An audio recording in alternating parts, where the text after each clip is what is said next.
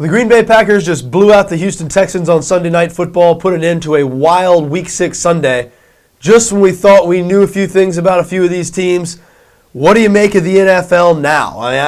Really, a lot of things turned upside down in this Sunday, and it's more proof. It's just another reminder that in the NFL, things change so much week to week. Through 4 or 5 weeks, we think we have definite opinions on all these teams. We talk about things like they're set in stone, like, the Texans, the best team in the league. The Green Bay Packers, a tremendous disappointment at 2-3. Well, the Packers just beat the Texans 42-24, looked like a much better team, maybe exposed a weakness in this Houston Texans team. Aaron Rodgers threw for 6 touchdowns and 338 yards. The Texans now in their 6 games have only played 2 good passing offenses, Denver and Green Bay, and have given up 330 and 338 yards passing. The other 4 offenses that Houston has played, Miami, Jacksonville, Tennessee, and the New York Jets, none of those 4 teams really passed the ball very well. So is Houston's defense as good as we were giving them credit for, especially in the secondary? Are they vulnerable in the secondary? Certainly appears like they were tonight. Now, Houston wasn't the only team that we thought was great heading into Sunday, that leaving Sunday, we were scratching our heads saying, well, what to make of this team now? Coming into the day, you said if you didn't think Houston was the best team in the NFL, you'd have probably said maybe the San Francisco 49ers. I know Atlanta was the only other undefeated team, and we'll get to them in a moment, but San Francisco had been playing so well over these last couple weeks, that dominating shutout victory over the New York Jets, and then 45-3 over the Buffalo Bills last week, but they got it handed to them at home today by the defending Super Bowl champion New York Giants in a rematch of last year's NFC Championship game. Giants winning that game 26-3. Alex Smith throwing 3 interceptions. So if Houston's not the best team, they're getting blown out by Green Bay. If San Francisco's not the best team, it has to be Atlanta, right? Well, Atlanta squeaked out a 3-point home win today over the Oakland Raiders. Atlanta was outplayed throughout that entire football game. Really, it was 2 crucial turnovers, one that was returned for a score, a Carson Palmer interception returned for a score, and another fumble recovery that was returned to the 1-yard line. Those 2 Falcons the Raiders were the ones that turned the ball over. The Falcons forcing those turnovers, and those 2 turnovers really the difference in the game. The Raiders, I tell you what, the Falcons sure didn't look like the best team in the NFL today, but if it's not the Falcons, if it's not the Houston Texans, if it's not San Francisco, then who? Is it New England? Well, I don't think so. Not after New England went on the road today, lost to Seattle Seahawks. They're now 3-3. Speaking of Seattle, is there any team in the NFL they can't beat at home? I mean, they're 3 home wins this year. Dallas, Green Bay, New England. I said coming into this week that I guess it's time for those of us who hadn't quite taken Seattle fully seriously yet to take them seriously and accept that they're just a good team. And I mentioned coming into this game that it was tough for a lot of people, I think, to fully do that and to fully embrace the Seahawks because they were an obviously flawed team. They struggle passing the ball, 31st in the league in passing offense coming into this game. But let me tell you what, rookie quarterback Russell Wilson, 297 yards, I believe, outplayed Tom Brady in the clutch. If Russell Wilson plays like that, and if he, I didn't put it past Russell Wilson to maybe develop into that, but I really didn't think he had a game like that in him at this point in his career. Hadn't shown a game like that in him throughout the first few weeks, but if he continues to play like that, Seattle could beat anybody, and they'll be an extremely dangerous team. Extremely impressed with the Seattle Seahawks. So who's the best team? Again, if it's not Houston, Atlanta didn't look like the best team. If it's not San Francisco, if it's not New England, Baltimore's 5-1. Well, I'll tell you what, Baltimore's 5-1 because they squeaked by the Dallas Cowboys today.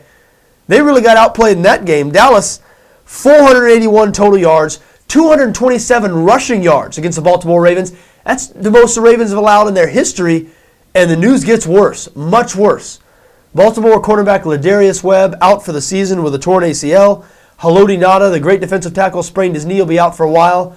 And Ray Lewis, the great middle linebacker, the heartbeat of that team, really. I was about to say the heartbeat of the defense, but you could really say, he's the leader of that team, has been the face of that franchise for over a decade now. Tricep injury, we've heard it might be a torn tricep. They haven't released anything official yet. If it is, that would put an end to his season. And at 37 years old, if that's the end of Ray Lewis' season, we have to wonder, has he played his last down? Have we seen Ray Lewis on an NFL football field for the last time? Certainly hope not. But if it's a torn tricep, you'd certainly probably think that might be the case. A huge blow to the Baltimore Ravens. So the Ravens, even though they're 5-1 now, 14 straight at home, boy, The defense did not play well today. We talked about how this year it looked like that the Baltimore offense has surpassed the defense. That's definitely true now. With all these injuries they've sustained and with them struggling as much as they are, the Baltimore offense is going to have to start really outscoring people. They're going to have to win more games by scores like 31-29, which is what they won the game today by. But I'm not ready to certainly be calling Baltimore the best team in the league now with that defense struggling the way it is and all those injuries that hit that defense today. I mean, Ray Lewis being gone for the year, there can't be a more significant injury than that for that team, can there? So who is the best team in the league? I go back to that.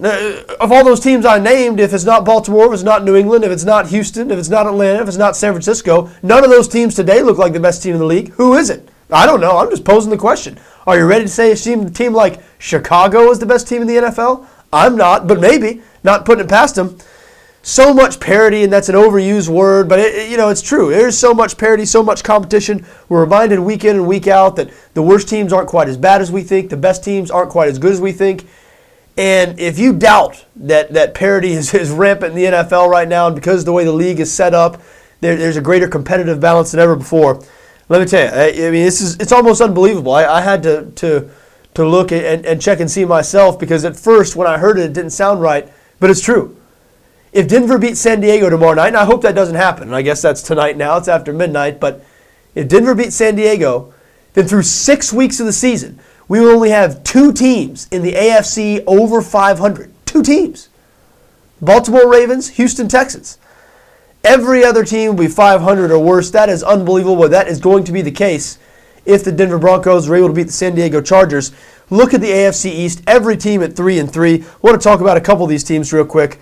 What about the Buffalo Bills? People shoveling dirt on the Buffalo Bills. They look so bad, giving up 97 points the 2 weeks heading into this week. They went out on the road to the Arizona Cardinals, a team that 4-1 on the season, been one of the real surprise stories in the NFL. And Buffalo won. They beat them. They won that game. Outplayed Arizona. Really sort of let Arizona come in there and almost steal the game at the end. Jay Feely, after making a 60-yard field goal to tie the game, missed a 38-yard field goal, bounced it off the upright. Would have won the game for Arizona at the end of regulation. Buffalo did win that game in overtime. The Bills now 3-3. What about the New York Jets? I mean, the New York Jets, have you ever heard more negativity around a team, a first-place team? This team's in first place through 6 weeks, and the talk over the last couple of weeks has been just gloom and doom for the Jets, like they have no prayer. And at times the Jets, especially on offense this year, have looked like they've had no prayer. They've looked like a bad team. An impressive win today over the Indianapolis Colts. For the first time this season, really, especially for a short time in that game over a couple of series there, the Tim Tebow, Mark Sanchez mix, for the first time this season, I think, really worked the way the Jets maybe had envisioned. Tebow, a couple of nice contributions on offense, a nice fake punt. After one of these times, Tebow got a first down on third down. Sanchez ran in the game through a touchdown pass on the next play.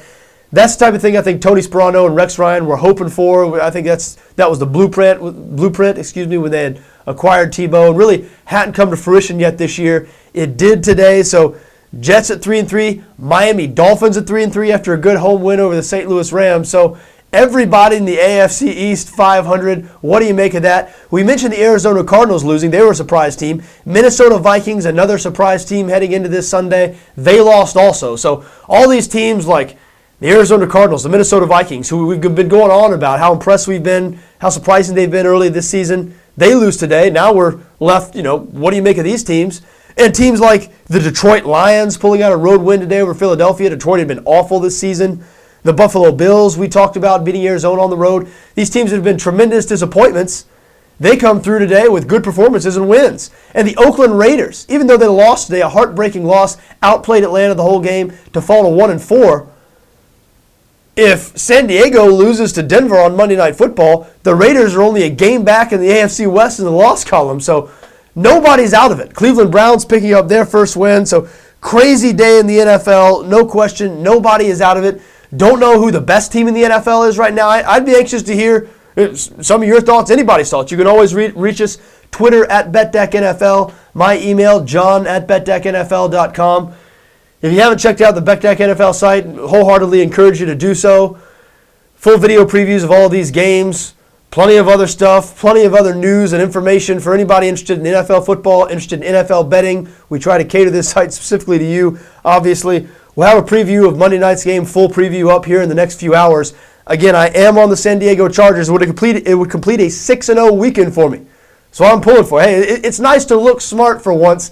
9-8, I sit here and for hours a week pour over NFL football, and 9-8 through 5 weeks on my NFL picks. That just left a little bit of a bad taste in my mouth. But if the Chargers are able to win tomorrow, 12-8, that sounds a whole lot better. I'll sure be rooting for them. And like I said, we will have a preview of that game up on the site here in the next few hours. So be sure to check back. Until then, I'm John Arnette for BETDAQ NFL, and it's late. I'm going to bed.